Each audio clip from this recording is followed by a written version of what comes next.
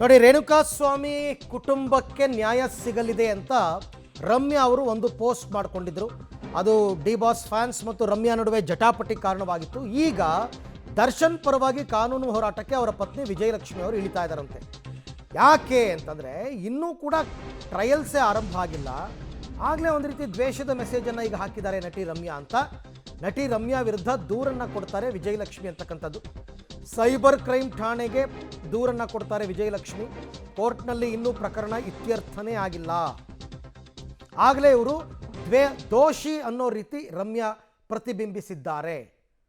ಹಾಗಾಗಿ ಆಕೆಯ ವಿರುದ್ಧ ಕ್ರಮ ಆಗಬೇಕು ಅಂತ ವಿಜಯಲಕ್ಷ್ಮಿ ಅವರು, ದರ್ಶನ್ ಪತ್ನಿ, ಸೈಬರ್ ಕ್ರೈಮ್ ಠಾಣೆಗೆ ದೂರನ್ನು ಕೊಡೋದಕ್ಕೆ ಮುಂದಾಗಿದ್ದಾರೆ ಅಂತ. ಈ ಬಗ್ಗೆ ಮತ್ತಷ್ಟು ಮಾಹಿತಿ ನನ್ನ ಕೊಲೀಗ ಮುರಳೀಧರ್ ಅವರಿಂದ ಪಡ್ಕೊಳ್ಳೋಣ. ಮುರಳಿ, ಈಗ ಅಂದರೆ ಕೋರ್ಟಲ್ಲಿ ತೀರ್ಮಾನ ಆಗೋಕ್ಕೂ ಮೊದಲು ಇವ್ರು ಹೆಂಗೆ ದೋಷಿ ಅನ್ನೋ ನಿರ್ಧಾರಕ್ಕೆ ಬಂದರು ಅನ್ನೋದು ಇವ್ರ ಆರೋಪನ? ಅರವಿಂದ್, ಏನಾದ್ರು ಪ್ರಮುಖವಾಗಿ ಸುಪ್ರೀಂ ಕೋರ್ಟ್ನ ವಾದ ಪ್ರತಿವಾದ ನಡೀತಾ ಇತ್ತು. ಆ ಸಂದರ್ಭದಲ್ಲಿ ಯಾವಾಗ ಸುಪ್ರೀಂ ಕೋರ್ಟ್ ಒಂದಷ್ಟು ವಿಚಾರಗಳನ್ನ ಮುನ್ನೆಲೆಗೆ ತಂದಿತ್ತು, ಹೈಕೋರ್ಟ್ನ ವಿಚಾರಕ್ಕೆ ಸಂಬಂಧಪಟ್ಟಂತೆ ಒಂದಷ್ಟು ಆಕ್ರೋಶವನ್ನು ಕೂಡ ವ್ಯಕ್ತಪಡಿಸಿತ್ತು. ಅಂದ್ರೆ ಈ ರೀತಿಯಲ್ಲಿ ಆದೇಶವನ್ನು ಕೊಟ್ಟಿರುವಂತದ್ದು ಸರಿಯಲ್ಲ ಅಂತ ಹೇಳಿ.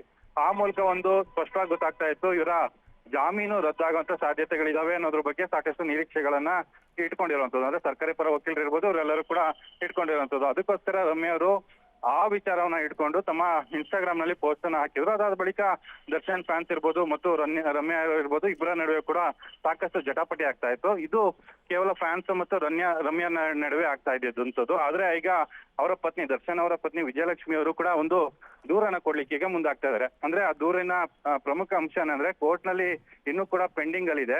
ಯಾಕಂದ್ರೆ ಇನ್ನೂ ಕೂಡ ಟ್ರಯಲ್ ಪ್ರಾರಂಭವಾಗಿಲ್ಲ. ಈಗಾಗಲೇ ಇವ್ರನ್ನ ದೋಷಿ ಅಂತೇಳಿ ಪ್ರತಿಬಿಂಬಿಸುವಂತ ಕೆಲಸವನ್ನ ಏನು ರಮ್ಯಾ ಅವರು ಮಾಡ್ತಾ ಇದಾರೆ.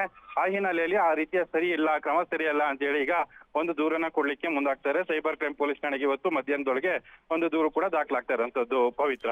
ಬಟ್ ಮುರಳಿ, ಈಗ ನೇರವಾಗಿ ರಮ್ಯಾ ದರ್ಶನ್ ದೋಷಿ ಅನ್ನೋ ರೀತಿಯಲ್ಲಿ ಏನು ಮಾತಾಡಿಲ್ಲ. ರೇಣುಕಾಸ್ವಾಮಿ ಕುಟುಂಬಕ್ಕೆ ನ್ಯಾಯ ಸಿಗುತ್ತೆ ಅಂತ. ಸೊ ಅದನ್ನ ಯಾವ ರೀತಿ ಕನ್ಸಿಡರ್ ಮಾಡ್ತಾರೆ ಪೊಲೀಸರು ಮತ್ತು ಕೋರ್ಟ್ ಅಂತ?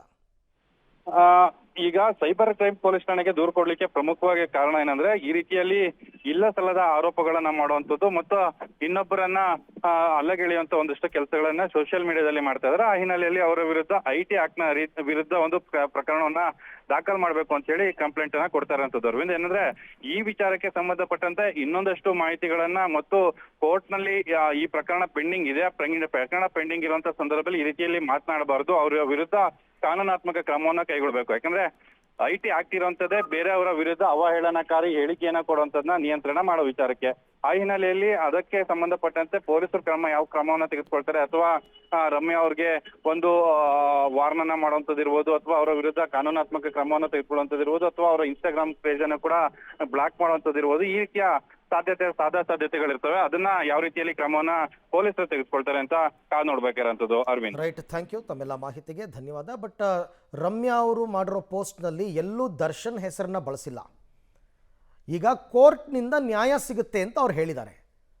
ಹಾಗಾಗಿ ಕೋರ್ಟನ್ನು ಕೂಡ ಏನು ಅವಹೇಳನ ಮಾಡಿಲ್ಲ. ರೇಣುಕಾಸ್ವಾಮಿ ಕುಟುಂಬಕ್ಕೆ ನ್ಯಾಯ ಸಿಗುತ್ತೆ ಅಂತ. ಬಟ್ ಅದನ್ನು ಹೆಂಗೆ ಲಿಂಕ್ ಮಾಡ್ಕೋತಾರೆ ಇವರು? ನಾನು ದರ್ಶನ್ ಮನಸ್ಸಲ್ಲಿ ಇಟ್ಕೊಂಡು ಹಾಕೇ ಇಲ್ಲ ಅಂತ ಅನ್ಬೋದು ಅವರು. ಬಟ್ ಅವ್ರ ಫ್ಯಾನ್ಸ್ ಎಲ್ಲ ಇದು ದೊಡ್ಡ ಮಟ್ಟದಲ್ಲಿ ಆರೋಪ ಮಾಡಿದ್ದಾರೆ, ಅದು ಬೇರೆ ವಿಚಾರ. ಈಗ ವಿಜಯಲಕ್ಷ್ಮಿ ಏನೋ ಒಂದು ದೂರು ಕೊಡೋದಕ್ಕೆ ರೆಡಿಯಾಗಿದ್ದಾರೆ.